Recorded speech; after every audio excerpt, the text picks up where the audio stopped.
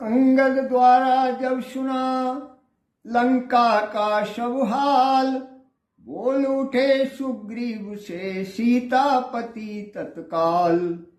जब अंगद के द्वारा लंका का सारा समाचार सुन लेते हैं, तब श्री रामचंद्र जी सुग्रीव से कहते हैं, लाचार हो गया रघुवंशी, रघुकुल का गौरव रखना है।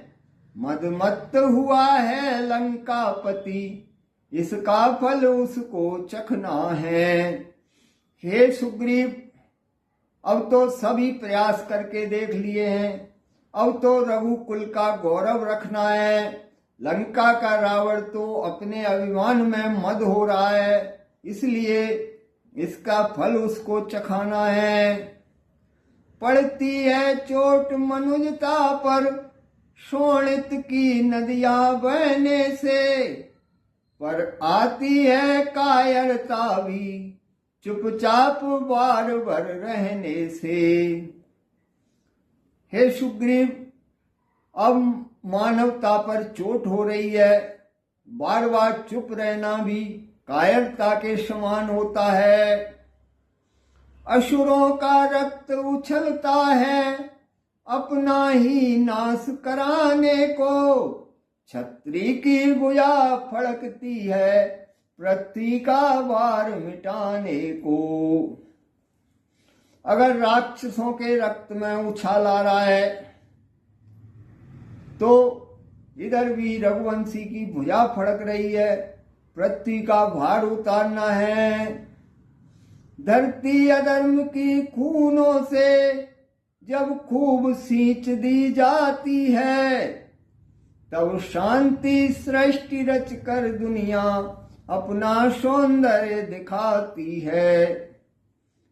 इस धरती को जब अधर्मियों के खून से रच दी जाती है, तभी इस पृथ्वी पर शांति आती है।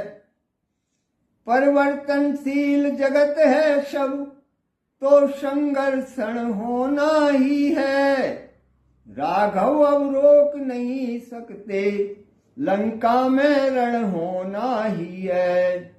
यह संसार परिवर्तनशील है, इसलिए इनका विनाश अब होना ही है, क्योंकि अब मैं भी इसको रोक नहीं सकता। लंका में अब युद्ध होकर ही रहेगा। इस आर भूमि की सीता हर, लंकापति चैन न पाएगा। किस किंध्या का यह कपिदल ही, सोने की लंका ढाएगा।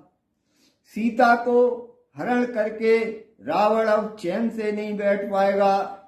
ये किष्किंध्या का वानर समुदाय ही उसकी सोने की लंका को ढाएगा। इसलिए न्याय के नाते से, इस यार देश के नाते से, अपने कर्तव्य के नाते से, सीता संदेश के नाते से, कह हर हर महादेव, आगे को बढ़ जाओ वीरो। शंका को हटा बजा डंका, लंका पर चढ़ जाओ वीरो। श्री राम जी कहते हैं, इसलिए न्याय की वजह से और सीता की वजह से हर हर महादेव करके लंका पर चढ़ाई कर दो। सभी वीर वानरों लंका को घेर लो और राक्षसों का नाश कर दो।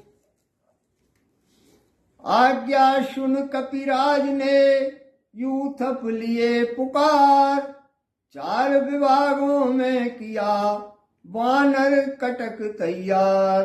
श्री राम जी की आज्ञा सुन करके विभीषण ने अपनी सारी सेना दल तैयार किए और पूरी सेना को 4 भागों में बांट दिया। धाये लंका की तरफ कपि कह जय श्री राम, चारों द्वारों पर छिड़ा प्रबल प्रलय संग्राम। इस प्रकार लंका के चारों द्वारों पर सभी वानर चढ़ाई कर देते हैं और चारों द्वारों पर युद्ध शुरू हो जाता है। पश्चिम फाटक पर डटे अंगदादि हनुमंत, भीषण पाद प्रहार कर तोड़ा द्वार तुरंत। पश्चिमी द्वार पर अंगद, हनुमान, नल, नील आदि सभी वानर डटे हुए हैं और उन्होंने भीषण पांव से प्रहार करके उस दरवाजे को तोड़ देते हैं। अब तो निश्चर सैन्य भी दाई कपिदल और, वर्षा में जैसे गिरे उमड़ घुमड़ घनघोर। उधर से राक्षसों की सेना भी वानरों की ओर दौड़ पड़ती है। बिजली की नाई बड़े वानर भी तत्काल, एक एक से भिड़ गए कर किल्लार कराल।